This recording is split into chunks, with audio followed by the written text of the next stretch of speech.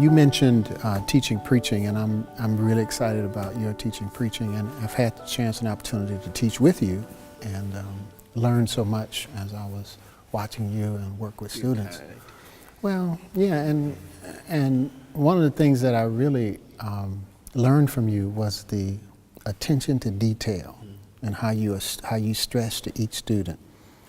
So I'd like for you to give our audience a little bit of, I heard a lot of it and learned from it, so give our audience just a little bit of that.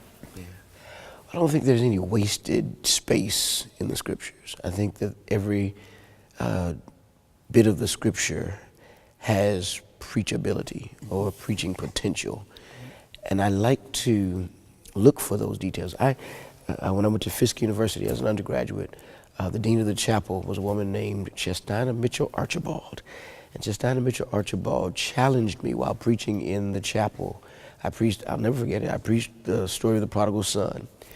And after worship, she took me into her office and she said, Marcus Cosby, everybody preaches the prodigal son like that.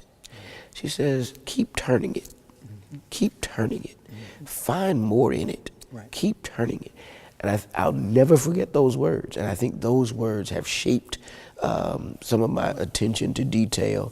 That we know the prodigal story, we know the prodigal son's story, but what else? What is there? Keep turning it, keep turning it. So every time I attempt to preach, I'm trying to turn the text, turn it some more. Many have said the text is a diamond, or the facets of the diamond. And so whatever metaphor you want to use for it, I think there's so much more in the text if we take the time to focus on details and ask God for more revelation about the details that aren't necessarily leaping from the pages, but they're waiting to be explored, waiting to be mined. And so I'd never want preachers to get so comfortable or relaxed with just the surface of the text. There's a substratum element to the text that's below the surface that is begging for some attention. And I think that is most helpful for many persons in the congregation, because many persons know the story. So to just tell me the story, I just repeat what I've learned years ago.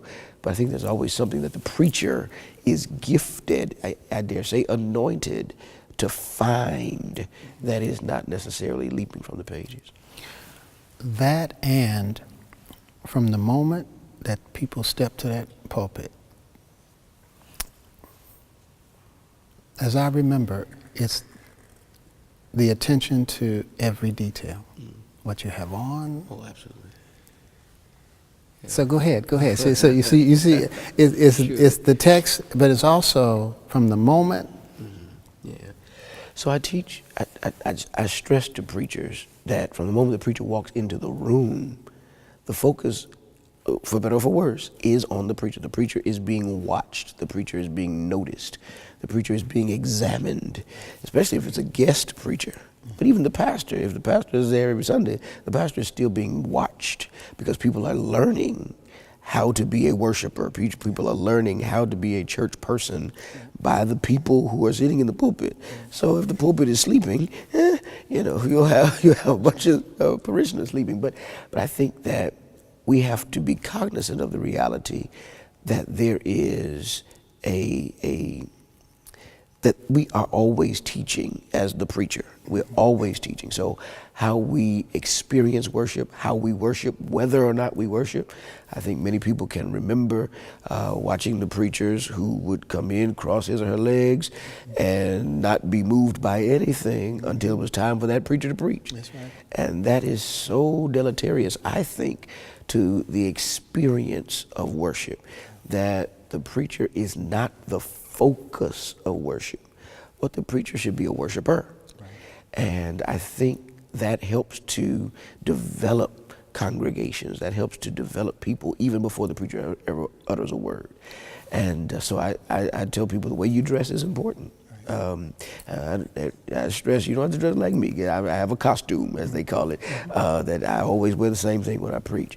I wouldn't suggest that if that's not your thing, that you don't dress like me. But when we're too gaudy in our clothing, when we're too when our jewelry is making more noise than we are, I think all of those things matter, and they can either detract from the message, or they could potentially add to the message because of how one presents oneself when coming before a congregation to proclaim what thus saith the Lord. I think we have to be very careful that we're always, as preachers, focusing the attention on the one who has called us and not ourselves.